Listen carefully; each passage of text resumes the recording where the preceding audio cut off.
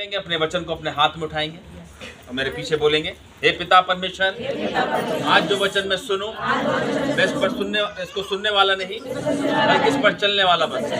ये वचन मेरे जीवनों में 100 गुना फलों को लेकर, ये वचन मेरे जीवन में अंकुरित होने पाए, यीशु मसीह के नाम, आमीन। तारीफ करेंगे जोर से।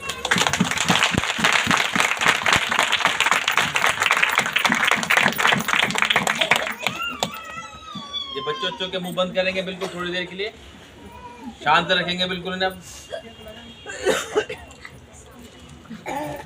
और मेरे साथ वचन को खोलेंगे, रोमियो की पुस्तक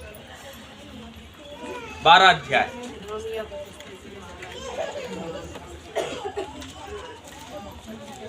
और वचन खोल के सामने की तरफ देखेंगे। रोमियो 12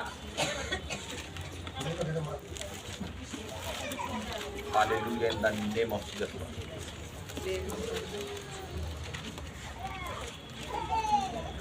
पिछले संडे क्या वचन दिया था?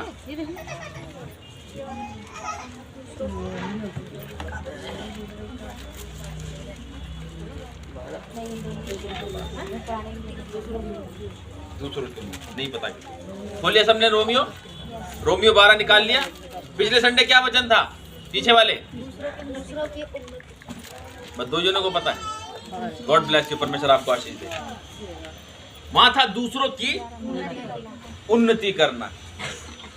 12 अध्याय में यहाँ परमेश्वर का वचन हमसे क्या कहता है? परमेश्वर की सेवा का जीवन। परमेश्वर की सेवा का जीवन।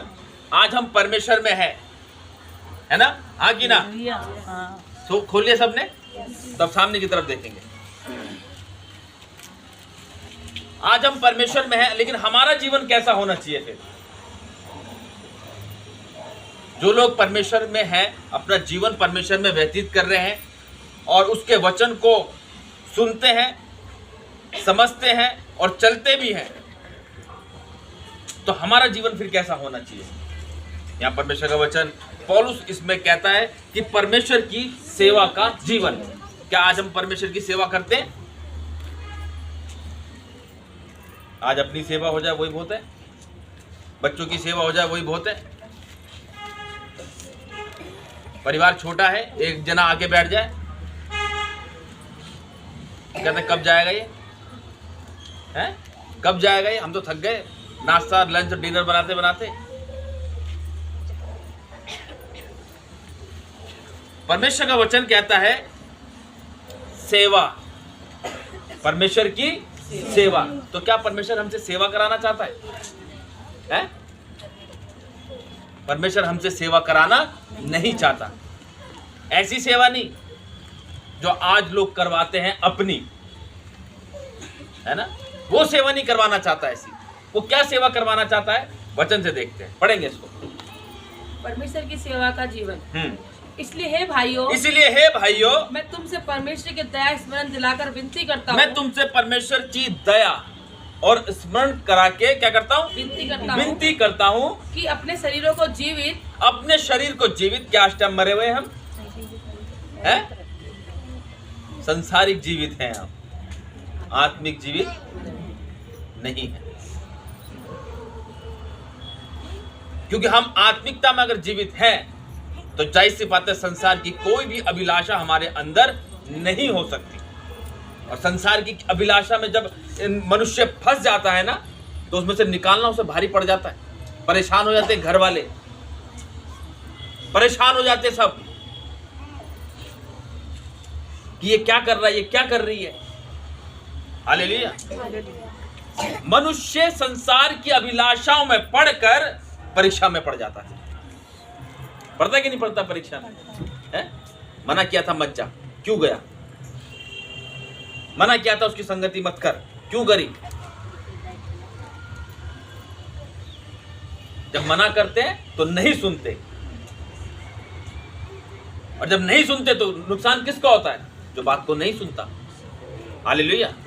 है? कह रहा दया स्मरण दिलाकर विनती करता हूं कि अपने शरीरों को जीवित और पवित्र और परमेश्वर को भावता हुआ बलिदान करके चढ़ाओ। अपने आप को पवित्र कैसे करना है? अभी किस दिन के उपवास है, मैं वही चीज मैं अभी लोगों को वही समझा रहा हूं कि हमें अपने आप को शांत रखना है। हम पवित्र कैसे हो जाते हैं? जब हमारे मुंह से कोई गलत बात नहीं निकलती। जब हमारे मुंह से कोई गलत बात नहीं निकलेगी तो संसारिक मनुष्य खुद कहेगा यार कौन है ये, बड़े अच्छे लोग हैं यार ये तो है।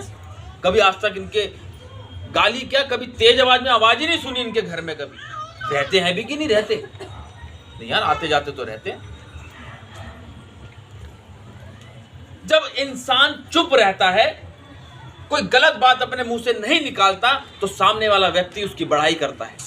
तो जब सामने वाला व्यक्ति बड़ाई करेगा तो हमारा परमेश्वर स्वर्ग से देख रहा है, क्या वो खुश नहीं होगा? वो जान जाएगा कि ये वाक्य मेरा बेटा और ये मेरी बेटी है। आज हम मुंह में जो भी आ देता है बक देते हैं। तो हम परमेश्वर को कैसे बलिदान चढ़ाएंगे? अपने आप को पवित्र कैसे रखेंगे? अपने आप को कैसे परमेश्वर के आगे बलिदान चढ़ाएंगे हम? परमेश्वर क्या देखता है हमको? कि मेरा बेटा मेरे मार्ग पर चल रहा है। लेकिन वचन कह रहा है मसीह तो तुम हो परंतु मसीह के नहीं। हालेलुया। मसीह में रह के भी हम सारे काम कर रहे हैं। तो वचन कहता फिर मसीह के नहीं हो तुम। मसीह ने तो नहीं सिखाया कि तू अपने बच्चों को मार, गालियां बक। मसीह ने नहीं सिखाया कि तू किसी के घर का लालच कर। मसीह ने तो नहीं सिखाया कि तू किसी के स्त्री का लालच कर। मसीह ने तो नहीं कहा कि तू उसके साथ व्यभिचार कर। मसीह ने तो नहीं कहा कि तू उसके घर में जाकर चोरी करके आ। परमेश्वर सिखाता है एक दूसरे से प्रेम करो, अपने पड़ोसी से अपने समान प्रेम रखो, भाईचारे के प्रति प्रेम बना रहे। हालेलुया।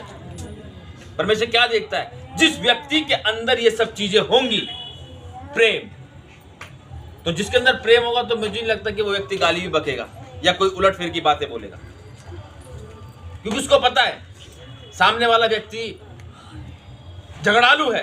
तो वचन हमको क्या कहता है कि कटु वचन से क्रोध भड़कता है ना, लेकिन कोमल उत्तर से क्रोध ठंडा हो जाता है, शांत हो जाता है ना। तो जिसके अंदर प्रेम होगा तो उस बात को संभाल लेगा, नहीं बोलेगा उल्टा सीधा उसको, क्योंकि उसके अंदर मसीह का भय और प्रेम भी है। नहीं, परमेश्वर ने मना किया ये चीज नहीं करनी, क्योंकि मैं मसीह में हूं, क्योंकि मैं मसीह की संतान हूं। और जो मसीह की संतान होगा तो परमेश्वर कहता तू ही मेरा बेटा, तू ही मेरी बेटी है। और अगर हम मसीह में रह के ये काम कर रहे हैं तो वचन कहता है तुम मसीह के तो हो परंतु मसीह में नहीं हो। हम अपने आप को कैसे पवित्र बनाएं? हम कैसे पवित्र बनाएं? आज हम मसीह के पीछे चल रहे हैं, चले जा रहे हैं, लेकिन साथ में अपने साइड वाले काम भी कर रहे हैं। परमेश्वर देख रहा है, हर व्यक्ति को देखता है परमेश्वर, कौन सच्चाई के मार्ग पर चल रहा है। आशीष ऐसे नहीं मिलती है, आशीषें ऐसी नहीं मिलती है। परमेश्वर देखता है तुम्हारे अंदर, अपने प्रति परमेश्वर प्रेम को देखता है, तभी तुम्हें आशीष मिलती है। हालेलुया। अभी उस बेटी ने गवाही दी, जिसको अभी कुछ टाइम पहले जब मैंने उसको कहा कि जब यहीं से खड़ोगे, परमेश्वर ने मुझे बताया उसके बारे में, बोल उसके लिए प्रोफेसी करवाई परमेश्वर ने। उसने क्या बताया कि आज जो बातें उसके लिए बोली गई तो वह क्या पूरी नहीं हुई? परमेश्वर ने कहा इसको परमेश्वर ऊंचाइयों पे लेके जाएगा। क्यों कहा परमेश्वर ने? क्योंकि परमेश्वर ने उसके अंदर अपने प्रति प्रेम को देखा, उसे पवित्र जाना। परमेश्वर को भाई वो, तभी यहां से जो प्रोफेसी उसके लिए हुई आज परमेश्वर ने पूरी करी उसके लिए। हालेलुया।